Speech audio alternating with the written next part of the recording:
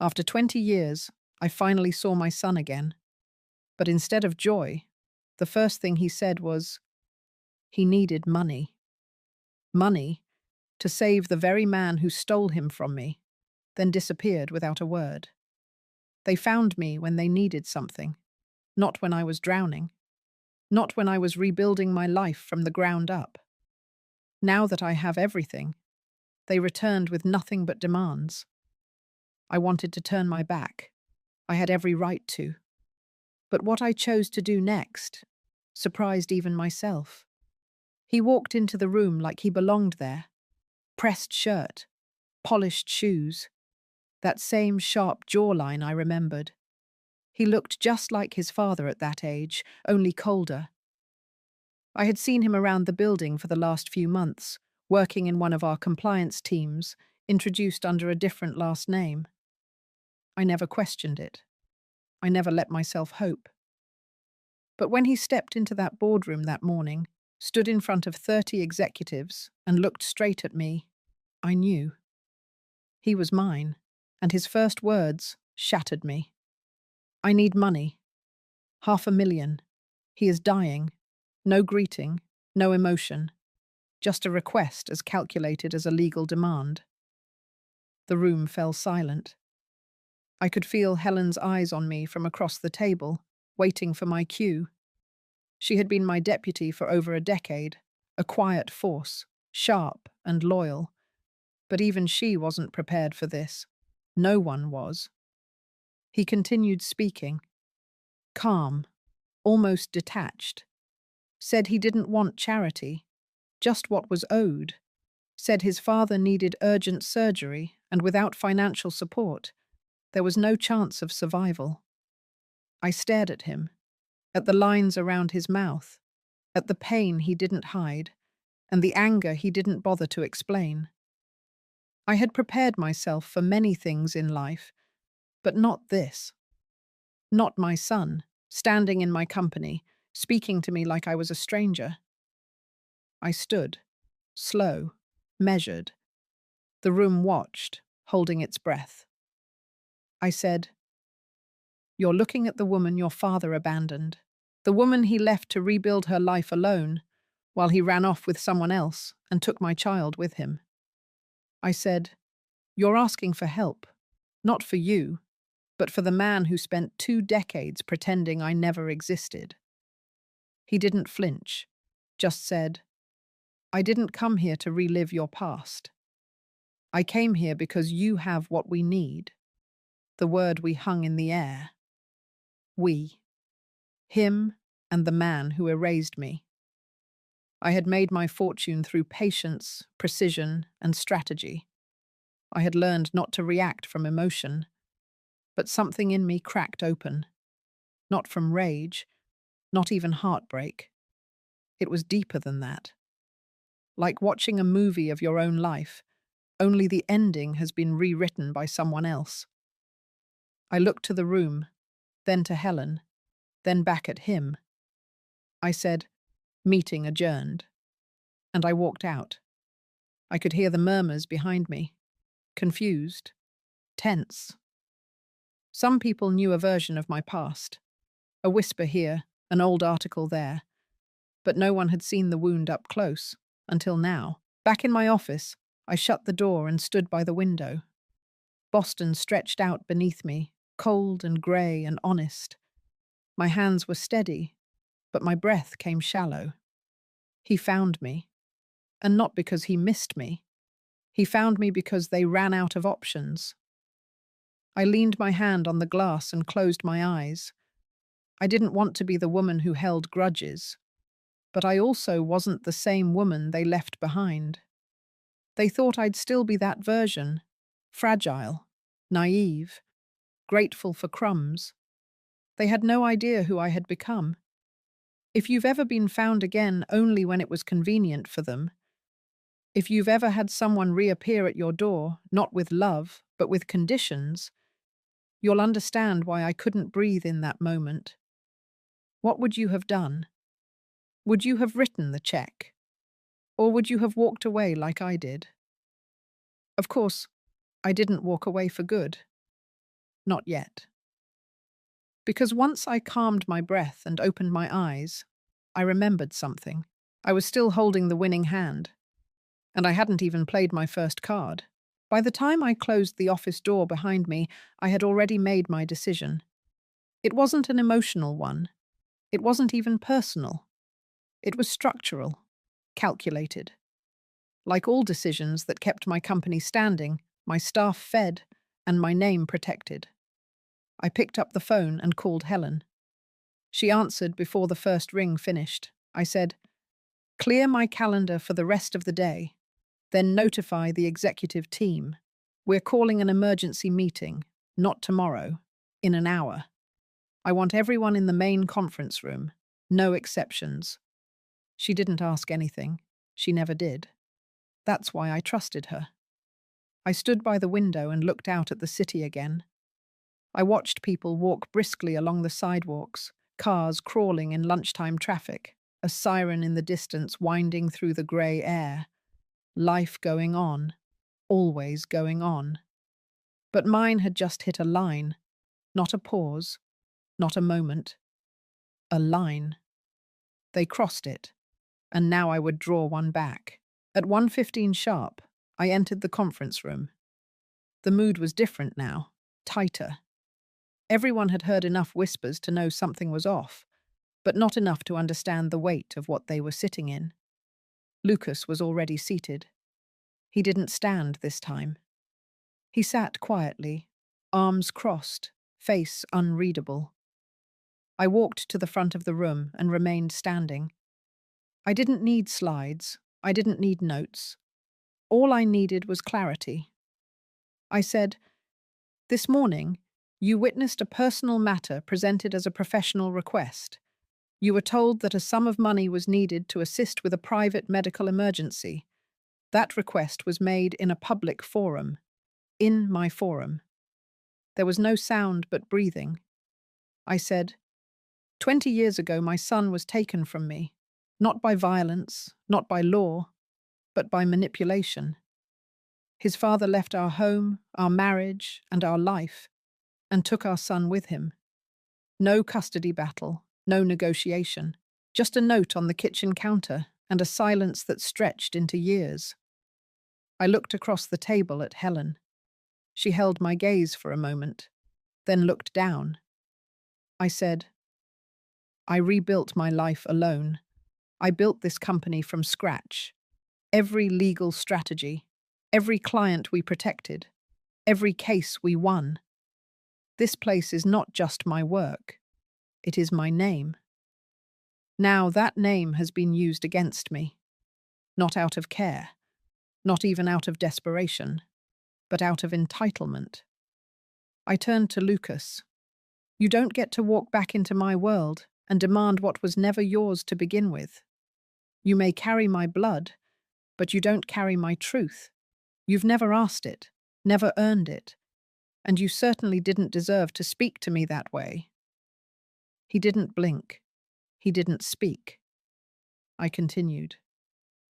"Your father may be dying, but what died in me happened a long time ago, and I buried it without your help.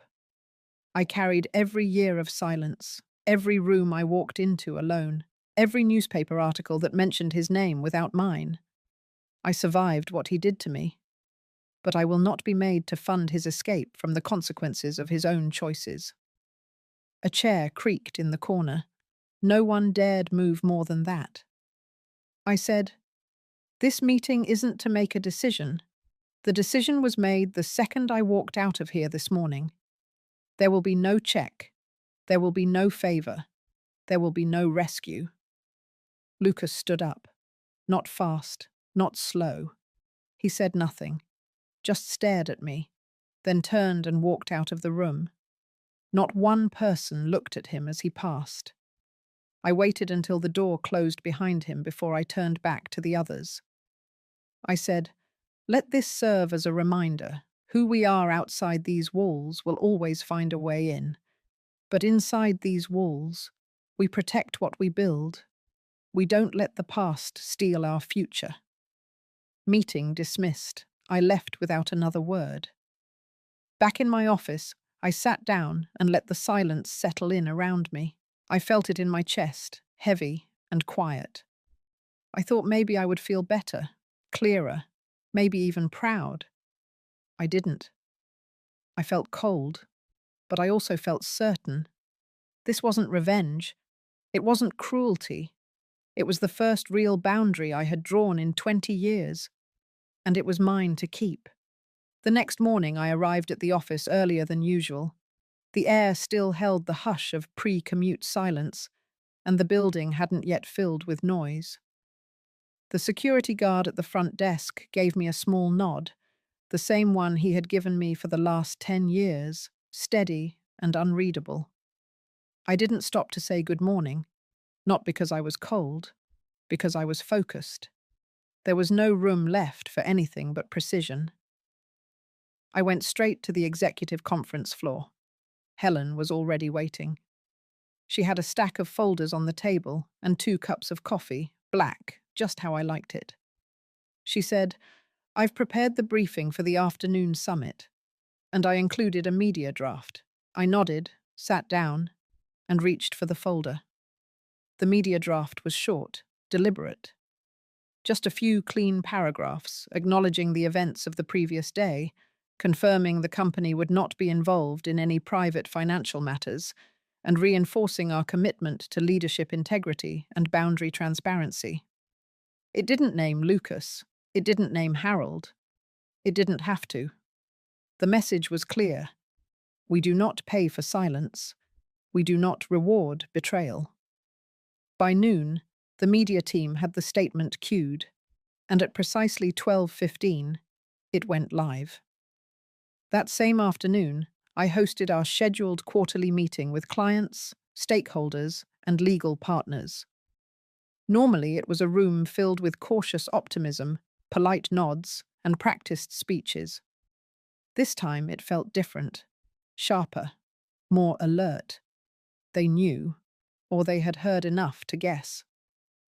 I took the podium, centered myself, and didn't waste time. I said, "There's something I need to clarify before we continue." The room went still. I said, "Recently, someone connected to me by blood used this company's platform to request financial support for a private matter." I paused. Long enough for the discomfort to rise, but not long enough to let it take over. I said, "That person is my son, and the request was for the benefit of the man who took him from me 2 decades ago."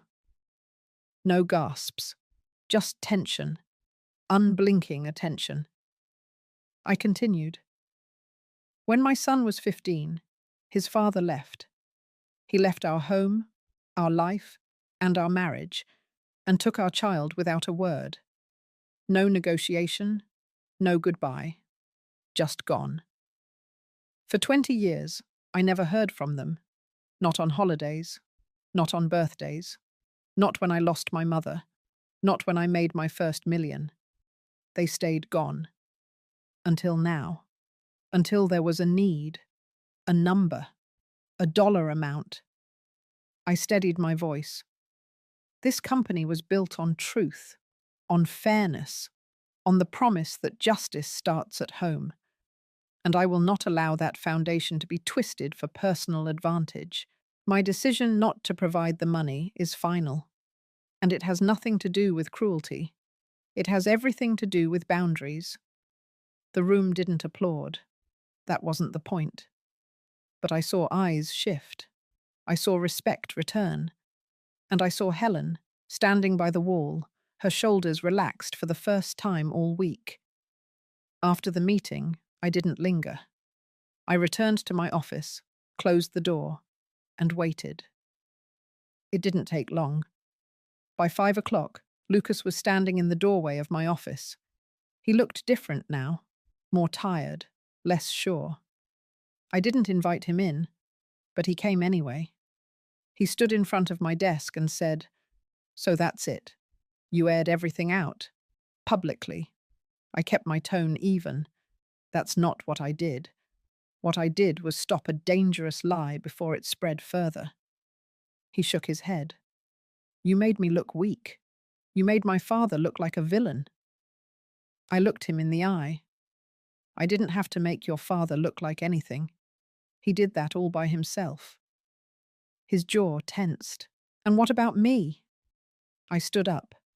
You stood in front of my company and demanded money without ever once asking for truth. You spoke to me like a stranger, like a target. Not once did you ask what happened. Not once did you try to understand the version of the story you never got. He looked away. I continued. If you came back for connection, you would have knocked on my door quietly. You would have come without a price tag. But you came for money, and when I didn't hand it over, you made a scene. He said nothing.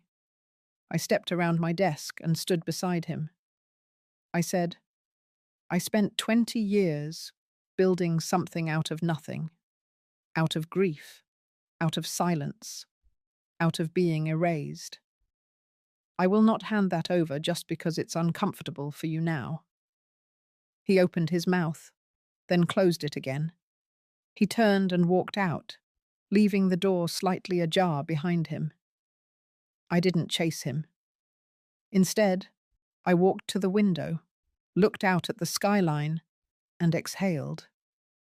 This wasn't over. I knew that. But for the first time in years, I had made my stance known, and I hadn't even raised my voice. Not once. Only truth. And sometimes, that is louder than anything. 2 days after the summit, the first article came out. Not in a tabloid, not on a gossip site, but in the business section of the Boston Herald. Right below the fold, a photo of Harold from years ago, younger, sharper, still in the height of his charm. The headline was clean and quiet, but sharp. A man like him would understand the tone. Former investment advisor faces past, as family splits over legacy dispute. By noon, 5 more outlets had picked it up, some with less discretion.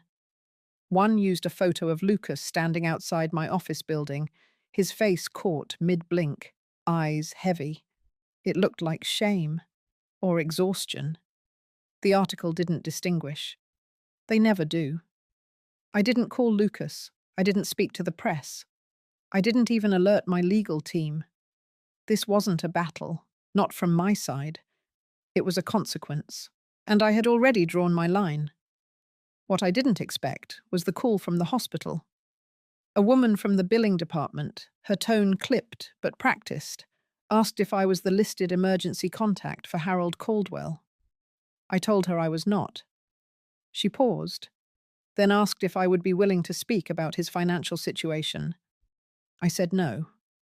Then she told me what I already suspected. Harold's insurance policy had lapsed. His accounts were inactive. And the hospital was now considering a hold on treatment unless a payment plan was negotiated. She never said denied, but I could hear it in the shape of her voice. It was a slow decline in service, a quiet step back, a preparation to let the inevitable take over. After I hung up, I stood in my office for a long time. The quiet felt thick, not peaceful, not tense, just heavy. This wasn't how I imagined it ending for him, even after everything, even after what he took from me. But this was his road, one he paved, step by step, with every lie, every shortcut, every name he used that wasn't his. And now that road was closing behind him, leaving him stranded at the end. Helen knocked gently before entering. She said, "There's something you should see. It's not public. Yet. But it will be." She handed me a manila folder. Inside were scans, documents, a report from a closed case I hadn't thought about in years. A financial investigation that had quietly ended without charges, but not without damage. Harold had used my name, not mine directly, but a shell company that once linked to an address we shared during our marriage. He had tied that shell to a real estate development scam that tanked within months. Back then, I had assumed the paperwork had been cleaned up. Now I knew better. Helen said, "It's not enough to bring you down, but if it leaks, they'll tie you to it." I nodded slowly. She said, "I can talk to legal." I said, "No, not yet. Let it run its course." She hesitated, then left. The room felt smaller after she closed the door. Not suffocating, just narrower. Like the space around me had started tightening. By the end of the day, 2 journalists had called my assistant asking for comment.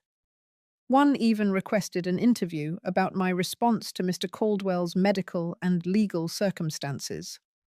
I declined through official channels. Let the silence speak for itself. That night, I sat in the back seat of a black car, looking out over the Charles River as we drove past. The city lights bounced off the water, bright and fractured. I thought about Harold, about the way he used to laugh when he closed a deal, the way he once held Lucas's tiny hand like it was the only thing that mattered. Before he let go, before he let everything rot under the weight of his own ambition. I thought about what might happen next.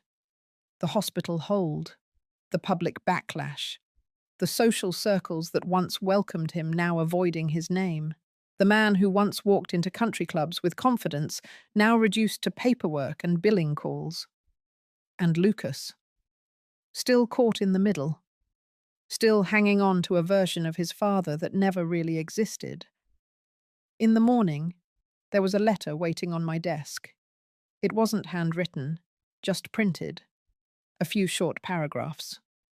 From Lucas. He said he understood now, that the silence was an answer in itself, that he wouldn't ask again. He said Harold wasn't doing well, that the doctors were scaling back intervention, that Lucas had sold his car to cover part of the bills, that the rest didn't matter anymore. At the bottom, one line stuck with me. "You don't owe him anything, but I thought you should know he keeps asking for you. Even now." I folded the letter and set it aside. Then I called Caroline. She answered with a sigh before saying anything. She always did that, like she knew every call from me carried weight. I said, "I need to meet, somewhere quiet."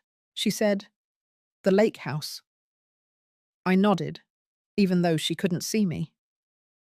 2 hours later, we sat across from each other, coffee cooling between us, no sugar, just bitter heat.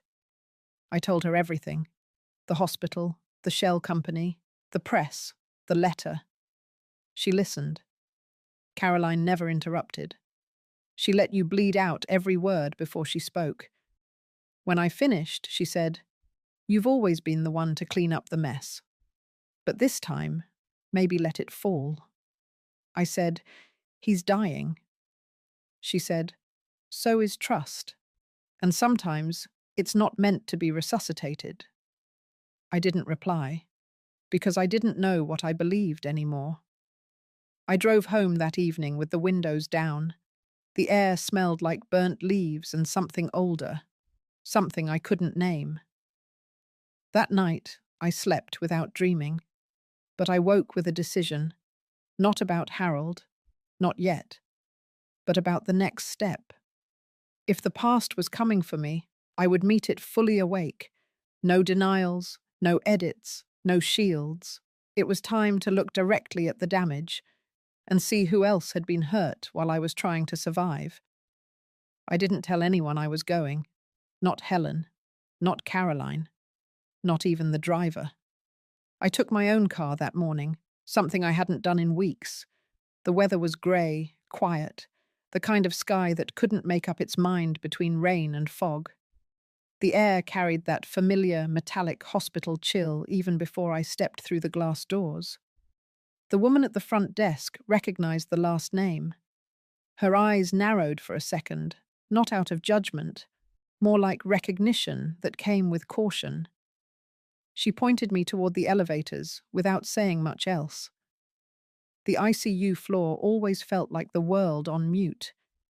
Low beeping, footsteps softened by thick tile, and a steady hum of machines that barely sounded alive themselves. The nurse at the station looked up, nodded once, and then walked me to the door. She didn't ask for ID, didn't question why I came alone. She just placed her hand gently on the handle and said softly that he was stable, for now. When I stepped into the room, I didn't feel anger. I didn't feel pity. What I felt was something slower, heavier, like standing at the edge of a cliff and realizing you've already fallen once, and the wind is just reminding you how far you've come since. Harold looked smaller than I remembered, not just thinner, but reduced. His shoulders curled inward. His face was sallow, skin papery and slack. His hands were limp against the blanket, and the edges of his fingers trembled with every breath the machine helped him take. He didn't see me at first. He was awake, just barely, eyes unfocused and drifting toward the ceiling. When he did notice someone had entered, it took him a few seconds longer to realize it was me. He didn't smile.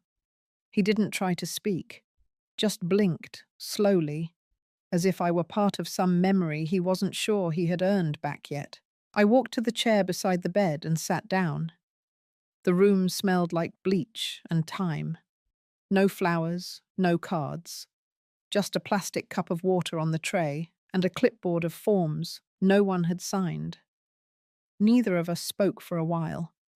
He didn't have the strength. I didn't have the need. Words, at that moment, felt like a formality we no longer owed each other.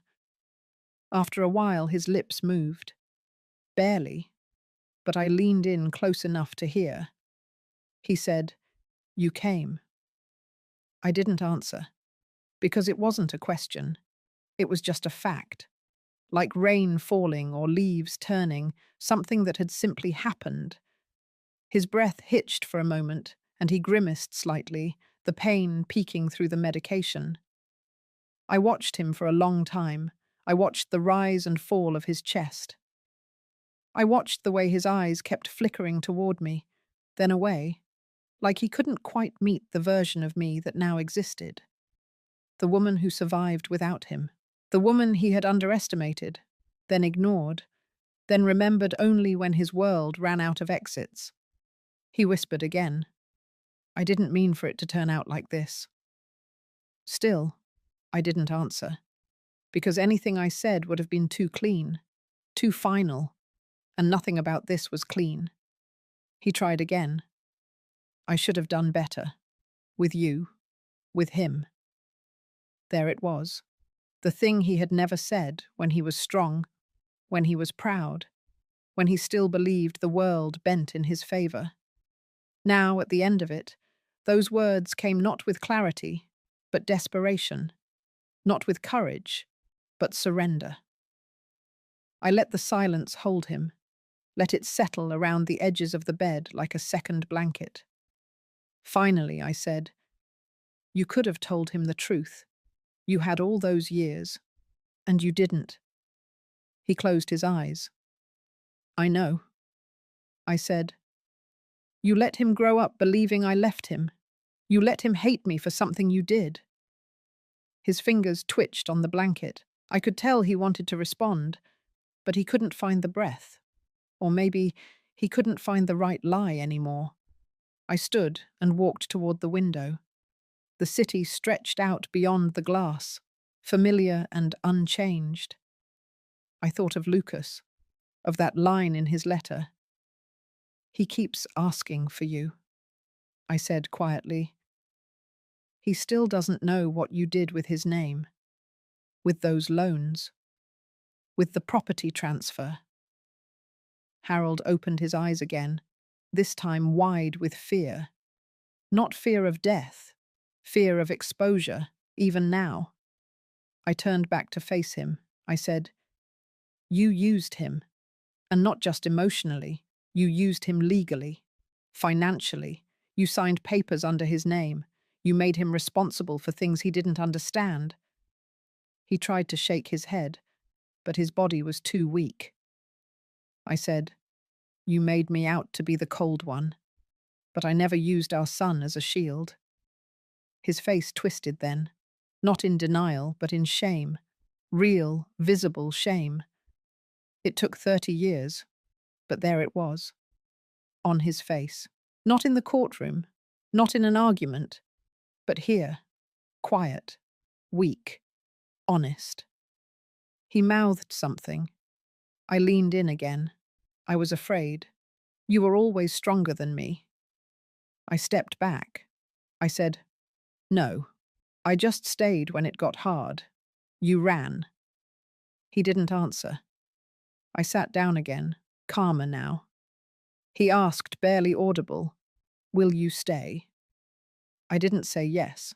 I didn't say no. I stayed until the machines started clicking again, until the nurse came in to adjust his IV. Then I stood, placed a hand briefly on the edge of the bed, and walked out. Outside the room, I stood in the hallway and took one long breath. It wasn't closure. It wasn't forgiveness. But it was truth. And it was mine. 3 days after I left Harold's hospital room, I received a sealed envelope delivered by courier to my office. No return address. No note. Just my name printed in clean block letters on the front. I recognized the handwriting immediately. Lucas. I let the envelope sit on my desk for a full hour before opening it. I had learned over time not to let paper dictate my pace. Eventually, I slit the seal with a letter opener and slid the contents out. Inside were 3 things. First, a single-page typed letter from Lucas. Second, a photocopy of a property deed. Third, a scan of a loan agreement signed by Harold Caldwell and a co-signer. The letter was short. Lucas said he had started digging through old files, trying to untangle what he thought was personal history, and realizing much of it was something else entirely. He said the 2 documents attached were only part of what he found. He hadn't wanted to believe them at first, but once he traced the filings back through public records, there was no denying the truth. The deed had once belonged to a small commercial property outside Worcester. Nothing glamorous.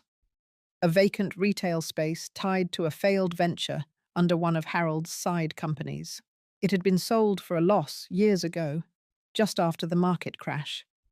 But what struck me wasn't the sale. It was the name on the transfer. Lucas Caldwell, age 19 at the time. According to the filing, Lucas had gifted the property to Harold's holding group. There was a signature. No witness, no attorney on file. Just a notary's stamp dated 2 days after Lucas's 19th birthday. The loan agreement told a similar story. A private lender. $75,000, same holding group, same timeline, same co-signer. Lucas. My stomach turned, not from shock, but from recognition. This was the piece I had always suspected, that Harold didn't just manipulate his son emotionally, but leveraged his identity, used the boy's legal access the moment he reached adulthood, built a shield of trust and blood to borrow money under someone else's future. I stood and walked to the window. My reflection stared back at me, older now, still composed, but with an edge of steel I hadn't had in my 30s. I picked up the phone and called Helen. When she answered, I said, "Pull the transaction records tied to Caldwell Holding Group between 2005 and 2010. I want every loan, every property transfer, every signature." She didn't ask why. She never did. An hour later, the files landed on my desk, and within 10 minutes of flipping through them, I saw what I had feared. Harold had used Lucas's name more than once, at least 5 times, all after his 18th birthday. No lawyers involved, no protections in place, just forged familiarity and the illusion of family. It wasn't illegal on the surface. Lucas had technically signed the papers. But the context was damning, and the implications were brutal. This wasn't just manipulation. It was financial sabotage dressed up as parental guidance. I called Caroline. She arrived at my home that evening with a folder already in hand. She always came prepared, as if the universe briefed her before I could speak. We sat on the patio, a blanket over our legs, the air still carrying that early spring chill. I handed her the documents without a word. She read them slowly, nodding once or twice, but saying nothing until she finished. Then she closed the folder and said, "This is coercion, masked as consent. It's not a crime on paper, but it's abuse in every other way." I asked, "Do we do anything with it?" She looked at me and said, "Only if he denies it. Otherwise, we let the truth sit where it is." Sometimes consequences don't need a courtroom. We sat for a while after that, not speaking, just watching the light fade from the trees. Later that night, I couldn't sleep. I kept thinking of Lucas at 19, probably eager to please, probably too loyal, probably unaware of what his father was asking him to give up. I saw myself in that, the younger version of me, the one who signed things in trust, the one who thought love and obligation were the same. And I saw Harold too, always one step ahead, always 10 steps away when things fell apart. The next morning, I sent Lucas a message. "Come by the house, no assistants, no security, just you and me." He showed up just after noon. He looked older than he had the week before, more tired, less defensive. We sat in the same room where Caroline and I had spoken. I handed him the file. He didn't open it, just nodded. He said, "I already know what's inside." I said, "Then tell me." He took a breath and said, "He told me it was a family strategy, that putting things under my name gave us options. I was too young to ask questions. I didn't know what it would mean later." I said, "And now?" He said, "Now I know he was planning an escape route, using me as the bridge." We sat in silence for a moment. Then I said, "You need to know none of this is your fault." He didn't cry, but his voice cracked when he said, "I think I hated the wrong parent. For too long." I didn't correct him.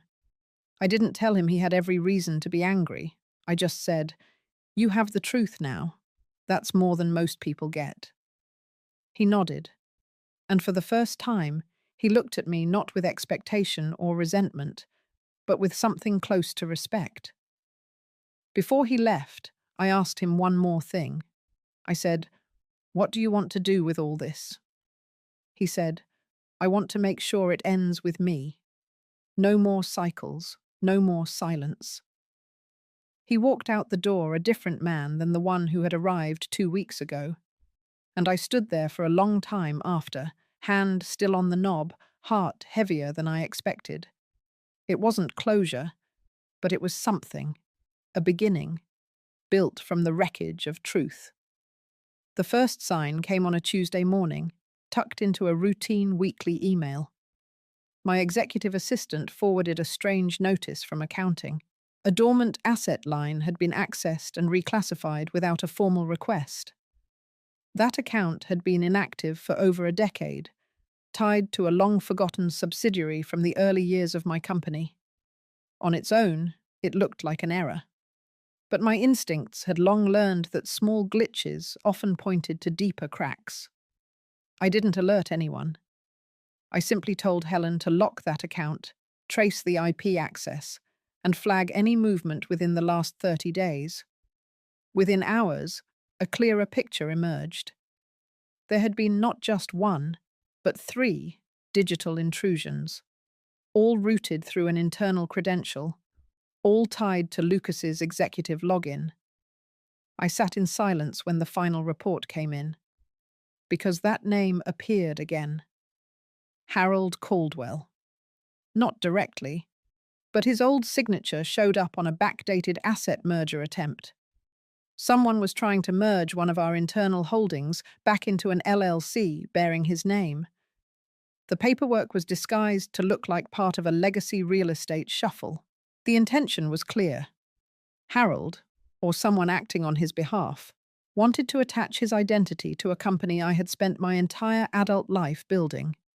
That evening, I called Caroline. She arrived with her coat still on, sensing the urgency from my voice. I laid the documents out on the kitchen table, side by side like crime scene photos. She didn't speak for a long while. Then she said something I wasn't prepared for. This wasn't Lucas. I looked at her. She said, "He might have signed something. He might have been manipulated again.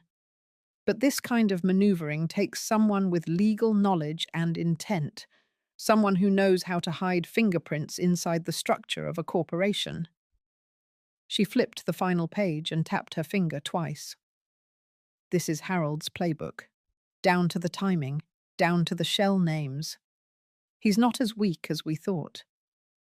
The rage that rose in my chest then wasn't hot or wild. It was cold, precise, controlled, like a blade being pulled slowly from its sheath. He had done it again, even from a hospital bed, even after all the truth had surfaced. He couldn't help himself. He had to take. One last time. Caroline said, "You have two options. Clean it up quietly, or make it public." I knew my answer before she finished speaking. The next morning, I walked into the boardroom. It was a quarterly meeting, full attendance mandatory. The executives gathered around the polished mahogany table, screens glowing, coffee poured. Lucas was already seated, stiff-backed and nervous. He could tell something was off. I didn't address him directly. Instead, I began with the documents, projected them onto the wall, explained line by line how our company had nearly been hijacked by a forged merger tied to an external party. I didn't name Harold yet. I let the silence stretch. Then I turned to the room and said, "The man behind this is someone who hasn't held any stake in our company for 30 years. Someone who walked away from his responsibilities. Someone who, even now, thinks he's entitled to a seat at this table." I pressed the remote again. The name appeared on screen. Harold Caldwell. Gasps rippled through the room. Lucas sank lower in his chair. I didn't stop. I said, "There's a reason I built this company under my name alone. There's a reason I never allowed outside capital to influence the board. I knew the world we came from. I knew what greed could do to bloodlines." I looked around the room, steady, measured. This is not just a corporate violation. This is personal theft disguised as business. Then I turned to Lucas, and I said, "And some of us have been caught in the middle of it." He looked up, stunned, but I didn't strike him. Not yet. Instead, I continued. "As of this morning, I have filed a full fraud disclosure with the Internal Audit Committee. A cease and desist has been sent to Harold Caldwell. Any further attempt to touch this company will be met with litigation. We will pursue damages, both reputational and financial. And we will name him publicly if he does not comply." The room was silent. Lucas stood up then, slowly. He said, "I didn't know." I said, "Maybe you didn't, but you signed something. Again, and it nearly cost this company everything." His face fell, not from embarrassment, from recognition, from the slow horror of realizing he had once again been used. I dismissed the board. The meeting was over. The message was clear. That evening I received a message, a short text from a nurse at the hospital. Harold's condition had worsened. They were moving him to a private unit. I didn't respond. The next morning, Lucas came to my home. This time, he didn't ask to come in. He stood on the porch, hands in his coat pockets, shoulders slumped. He said, I let him in, not just into the company, into my head. I didn't say anything. He said, I need to do something that doesn't involve fixing what he broke. I nodded once. Then he handed me a signed statement, a full confession. Every document he had unwittingly signed, every communication, every trace. He was ready to testify if needed. I looked at him. He said, I don't want his legacy. I want to build something real, even if it takes the rest of my life. Then he turned and walked away. That night, I sat alone in my study, papers spread across the desk, and I allowed myself to breathe. The war wasn't over, but the weapon had been disarmed, and the silence that followed felt like peace, for the first time in 30 years. 3 days later, the subpoena arrived at the hospital. It wasn't delivered in silence. It was escorted by 2 officers and a clerk from the county courthouse. They stood at the nurses' station outside Harold's private room, and though they remained professional, their presence turned heads. I didn't have to witness it to know the weight of that moment. The staff would whisper. The word fraud would travel down corridors faster than the gurneys. But that was only the beginning. I had spent the last 48 hours with Caroline and 2 other attorneys. We prepared everything. The cease and desist had failed to yield a response. Harold, through his lawyer, had ignored our final warning. And while Lucas's signed statement had exonerated him in the eyes of our board, it was still evidence in a much larger scheme. One Harold orchestrated from a hospital bed, relying on sympathy and silence. But I had already given enough silence to that man in this lifetime. The lawsuit included 3 counts: attempted corporate theft, wire fraud through false signatures, and defamation through false narrative. Because yes, part of our case involved the way he'd systematically tried to damage my reputation with Lucas for over 20 years. It wasn't about vengeance, it was about exposure. I wanted a record. I wanted a court transcript. I wanted a legal document that would sit in the same system that once failed to protect me. Caroline made sure of it. The moment the subpoena hit the hospital room, we moved to freeze any remaining accounts tied to Harold's trust. There wasn't much left. His girlfriend from years ago, now apparently gone from his life, had already drained most of it. But the paper trail still mattered. It told a story, one of decline, of hubris, of a man who couldn't let go of what he abandoned. By midweek, local business press had picked up the story, not by name, not yet. But the headline was enough. Former spouse of leading real estate founder under legal review for attempted fraud. It didn't take long for readers to connect the dots. My name wasn't mentioned, but everyone in our city knew which woman had built her fortune from a single duplex near the train station and turned it into a property empire. The first call came from the mayor's office, then the Chamber of Commerce, then a journalist I hadn't spoken to in 10 years. I refused interviews. I let the documents speak for themselves. Meanwhile, Lucas disappeared. I didn't mean that in the dramatic sense. He still showed up to work, still attended meetings, still followed every protocol. But his eyes looked lower, his voice softer. He was unraveling from the inside, quietly. As if part of him had finally accepted the truth, not just about his father, but about the version of his life he had been told. That Saturday, I found him sitting in the break room after hours, alone, staring out the window. I said nothing at first, just sat across from him and waited. He finally said, I didn't think it would come to this. I said, it always was. We just refused to see it for what it was. He nodded. I said, your name's clean. The investigation made that clear. You're not being pursued. He said, I know, but I still feel like I was part of it. I looked at him. Then stop being part of it. Do something with your name that isn't tied to his. He looked up. I continued. This company can survive anything, but I'm not going to let it absorb your father's legacy. You decide what comes next. Then I left him with that. The following Monday, he handed me a proposal. Not a resignation, but a shift. He wanted to move out of operations and into social impact. He wanted to start a housing program under the company's wing, aimed at supporting displaced single mothers and elderly women. It would be managed separately. Transparent books, independent audit. He'd take a pay cut. He wanted to earn his place, not inherit one.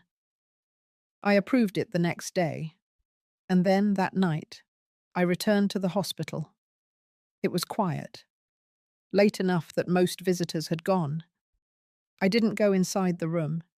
I just stood at the glass and looked at Harold, surrounded by wires and slow-dripping IV bags. The man who once left with our son and never looked back, now reduced to a frail outline. He saw me through the glass. He didn't smile. He didn't gesture.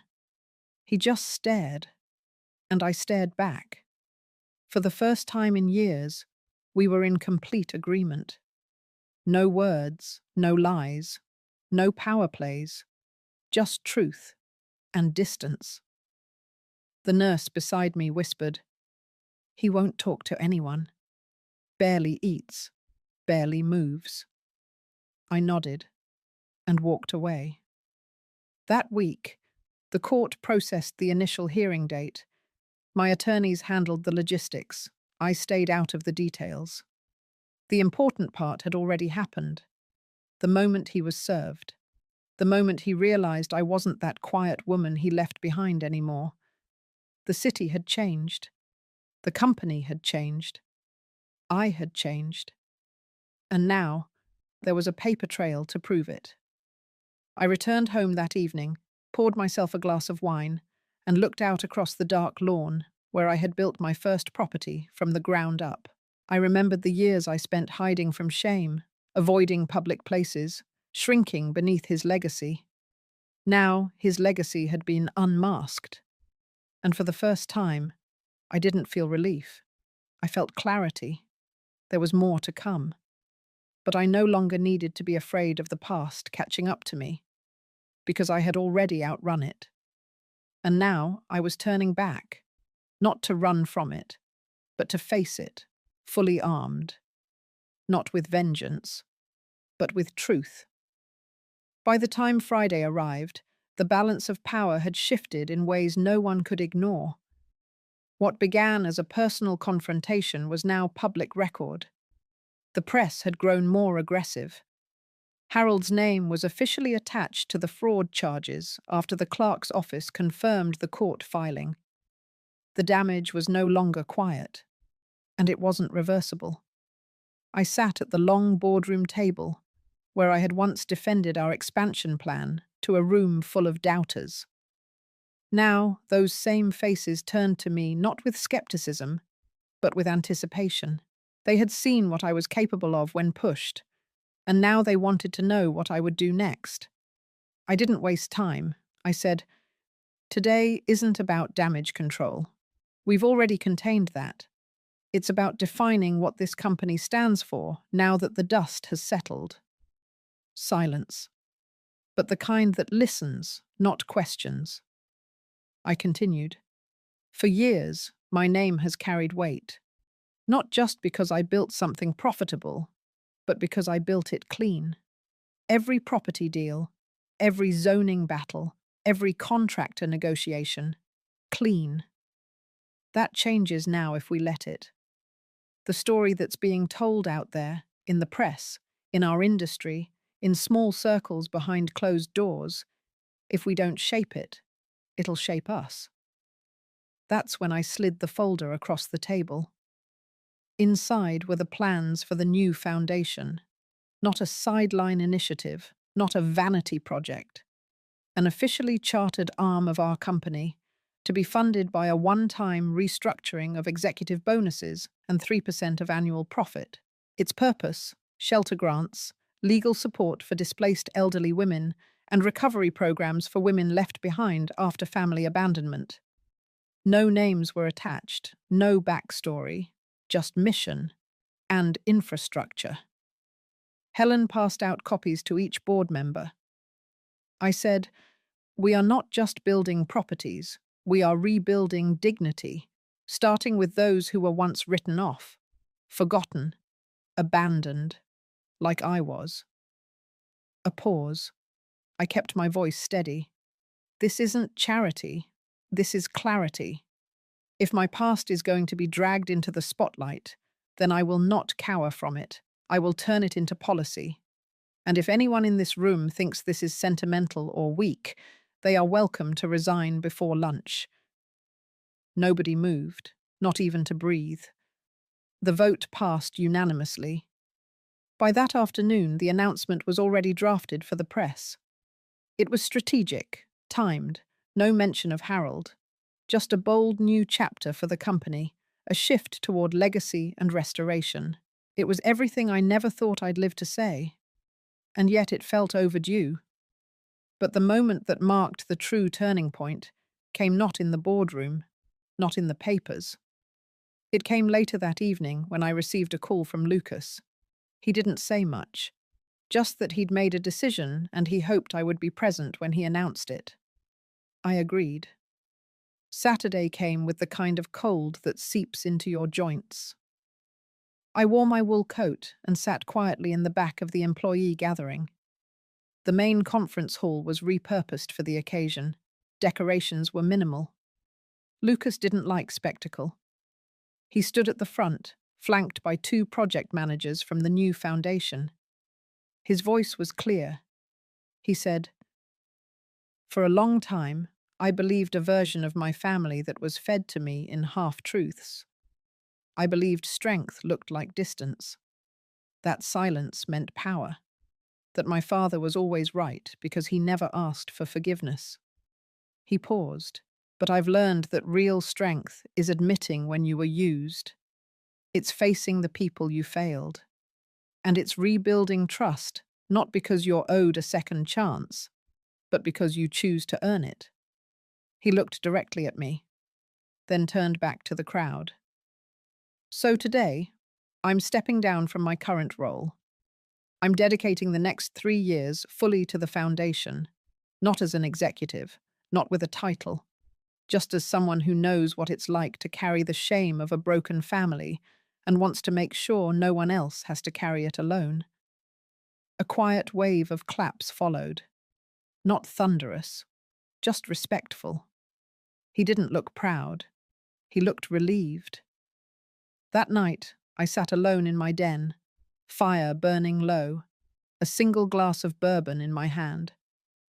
I wasn't celebrating. I was remembering. Remembering the day Harold left with Lucas in tow, the sound of the door shutting, the finality of footsteps fading down the walk, and the years after, when I had to force myself not to hope for a knock that never came. And now, after all that time, I realized something. It wasn't the lawsuit that turned the tide. It wasn't the boardroom decisions, or the press coverage, or even the foundation. It was the moment my son stopped being his father's son and started being his own man. That was the real justice. And no court filing could deliver that. But I could witness it. And for the first time in decades, that felt like enough. I didn't win. I didn't get revenge. But I reclaimed something far more enduring: control, direction, peace. And as I blew out the candle beside me and stood to go to bed, I felt lighter. Not because the past had vanished, but because I had finally stopped letting it lead me. The morning after Lucas's speech, the office felt different. Not quieter. There was still the usual background of phones, keyboards, coffee machines. But something had shifted underneath it all, a new kind of energy. Not rushed, not tense, just clean. I arrived earlier than usual, not to oversee anything, but because my body woke me before the sun and wouldn't let me rest. I took it as a sign. In my private office, I found a letter on my desk. The envelope was unsealed. My name written in Lucas's handwriting, steady and unhurried. I sat down and opened it, already bracing myself without knowing why. It read, "Mum, I could have said this to your face, but I wouldn't have finished it without falling apart. So here it is, without interruption. I never hated you. I think I convinced myself I did, because it made things easier. It was easier to be angry than to feel the emptiness of not knowing you. Dad told me what he needed to tell me so I wouldn't ask more. And I didn't. I swallowed his version whole and lived on it for years. But that version is paper thin now, and it doesn't hold up anymore. What you did, surviving, building, standing up in front of people who once dismissed you and telling them who you were without apology, that wasn't for revenge. That was for you. And I see that now. I'm not asking for forgiveness. I'm not offering excuses. I'm just saying I see you. Thank you for not slamming the door when I showed up asking for money. Thank you for showing me who I could become, even when I came as someone you barely recognized. Love, Lucas." I read the letter twice, then folded it and placed it inside the desk drawer, where I kept only a few things: my mother's locket, the deed to my first commercial property, and a photograph of Lucas at 5, before everything changed. I didn't cry, not because I wasn't moved, but because the letter didn't break me. It steadied me. There was still one thing left unresolved. Harold. He had been quiet since the legal fallout. His name was no longer just a stain in private. His former associates had cut ties. Whatever savings he might have tucked away were now under audit. He was no longer seen as a man with connections or pull, just a man with bills and a broken liver. I didn't have to see him. No one expected me to. But one part of me needed to close that door for good, and not by locking it. So that afternoon, I called the hospital. By evening, I stood at the edge of his room, watching him sleep. His skin had thinned. He looked smaller than I remembered, his jaw slack, worn, not like a villain, just like a man at the edge of his story. He didn't wake up immediately. I didn't say his name.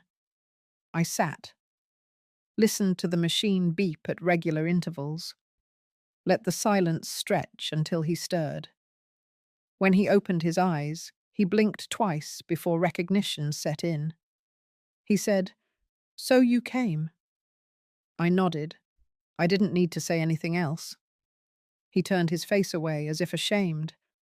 "It's all gone, you know. Every last bit. They drained me dry, those people I trusted. Funny. How quick they vanished when the money did." I waited. I never meant for it to be like that.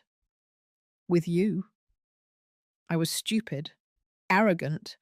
I thought I'd build something new, but it crumbled faster than I could lie about it. I watched him.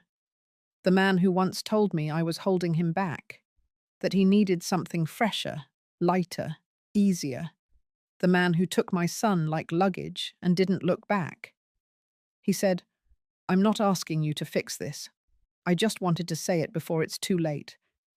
I leaned forward, voice low but firm. "I'm not here to fix anything. I'm here because I'm done carrying it." The silence, the resentment, the questions. "I'm not offering you forgiveness because you asked. I'm offering it because I refuse to let your failure follow me to the grave." He didn't argue. He just closed his eyes. And for the first time since I had known him, Harold looked like he had finally run out of words. When I stood up to leave, he opened his eyes again. He said, "Lucas came. Last week. Sat right there." That didn't surprise me. "He's stronger than you think," I told him. "He didn't get it from you." He tried to smile, It was barely there. When I walked out of that room, the air outside felt sharper, not colder, clearer. I didn't walk away as a woman triumphant, not as a victim either. I walked away free. That night, I sat at my kitchen table. No bourbon, just tea. Lucas had texted me a simple message. I read it. Thank you. He didn't need to say what he read. The trust I'd placed in him had already taken root, and for the first time in my life, I didn't feel like I had to win to be whole. I just had to choose what I carried and what I let go. Letting go of Harold wasn't surrender. It was finally ending the conversation that had haunted my silence for 2 decades. And in that quiet, I made peace with the sound of my own breath.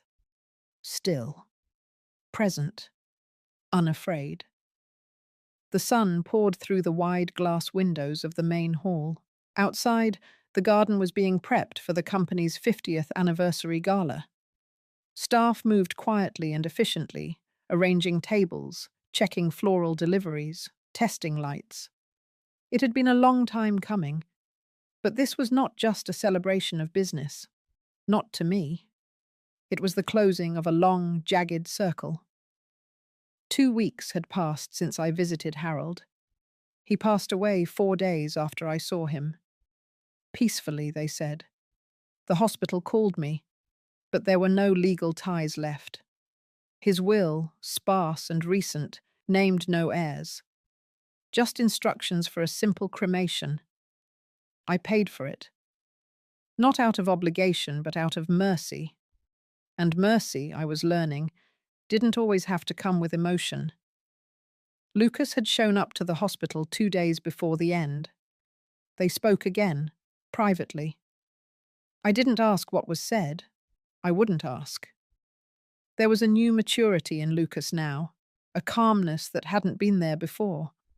He walked with less anger, less apology. This morning, I stood before a table in my office, looking down at a stack of papers. My legal counsel had spent months preparing them.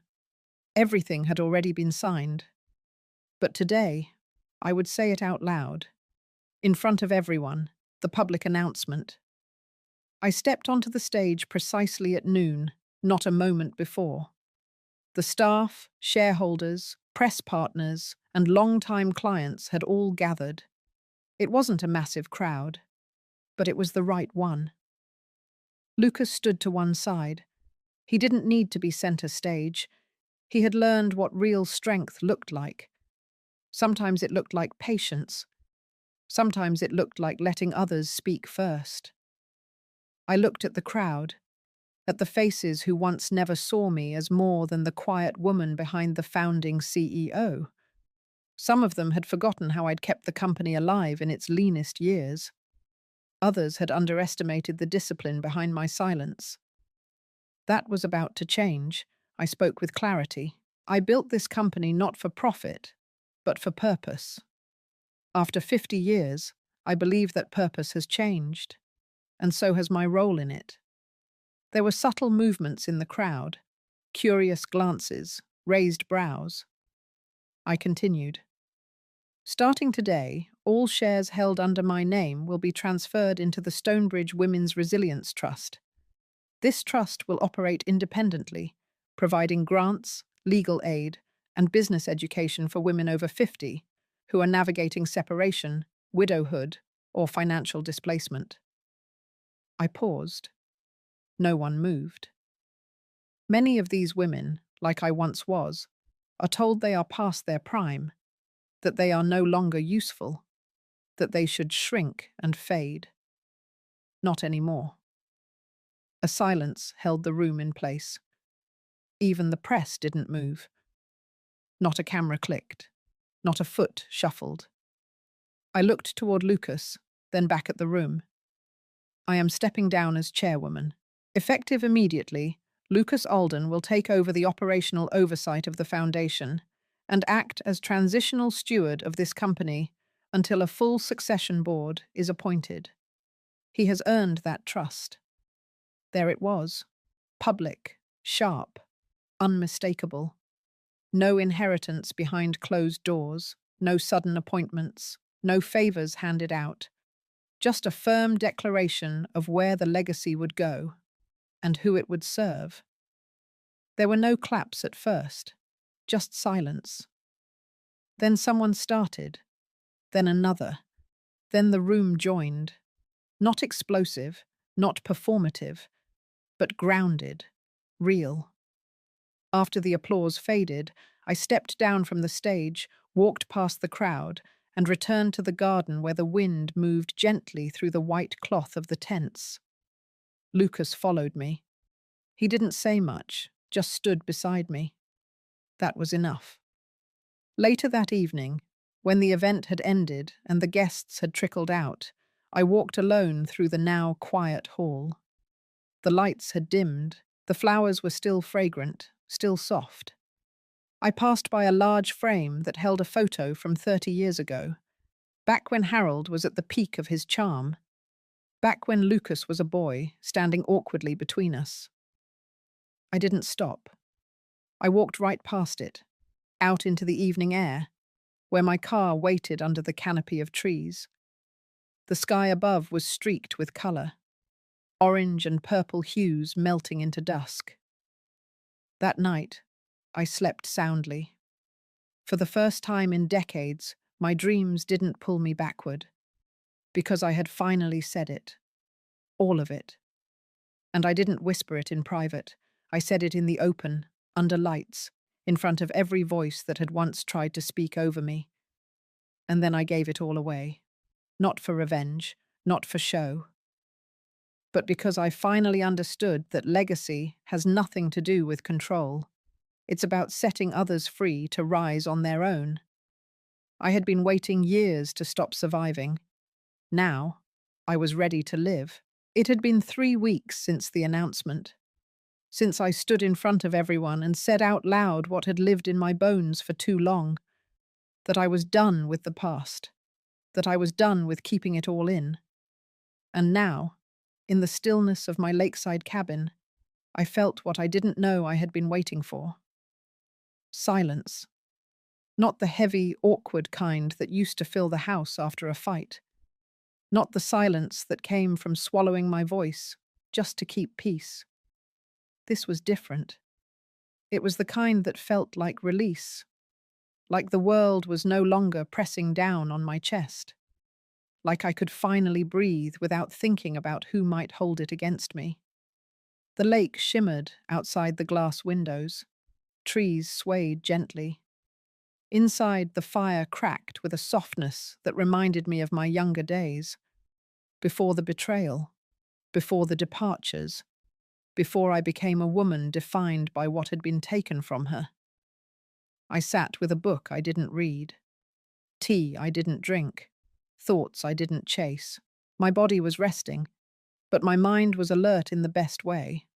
Not anxious, just awake. Lucas came up for the weekend. He didn't bring luggage, just a bottle of wine and the same quiet expression he had carried ever since Harold passed. We didn't speak much. He chopped wood. I made soup. We sat on the porch. There were no grand apologies, no dramatic reconciliations, just the presence of two people learning how to be with each other, honestly, without the weight of obligation. He asked if I was okay. I told him I wasn't sure what that meant anymore, but I smiled when I said it, and he understood. Later, as we stood by the fire pit under a sky full of stars, he finally said what had been sitting between us for too long. He said he had hated me for years, because he thought I gave up on him. And I said I understood, because I had hated myself too, for not fighting harder, for letting Harold win, for not being loud enough, strong enough, brave enough. He looked down, and then he said, maybe we had both survived the only way we knew how. That moment didn't fix everything. It didn't erase the years, but it softened something. And sometimes that is more healing than any apology could offer. The next morning, he left early. He had work to do, And I had something else in mind. I drove back to the city, not to the office, not to my old life, but to a small community centre near the industrial district, a place I had been quietly funding for years. Today, I wanted to show up in person. I met with the women there, women who were starting over. Some had escaped abusive marriages. Others had been left bankrupt by partners who had run. Some were just older and invisible. I sat with them. I listened. And then I told them my story. Not the version people saw in magazines or interviews, but the real one. The nights I cried on the kitchen floor. The days I worked 3 jobs to build back what was stolen. The years I kept my head down because I didn't know how to raise my voice. They didn't interrupt. They didn't pity. They nodded. Some wept. And then one of them stood up and said I had given them something more valuable than money. I had given them proof that healing was not only possible, but powerful. I left that day with a heart fuller than it had ever been, not because I had given something, but because I had taken something back, myself. No more looking for closure in the people who broke me, no more waiting for apologies that would never come, no more defining my story by what others had done. I wasn't just healed, I was free, and I planned to stay that way. If this story reminded you of something you've lived through, you are not alone. Sometimes the people who hurt us the most are the ones we trusted the deepest. But healing doesn't wait for their apology. It begins the moment we take our power back. If this touched your heart, I invite you to share your thoughts in the comments. Your story matters, and someone out there might need to hear it.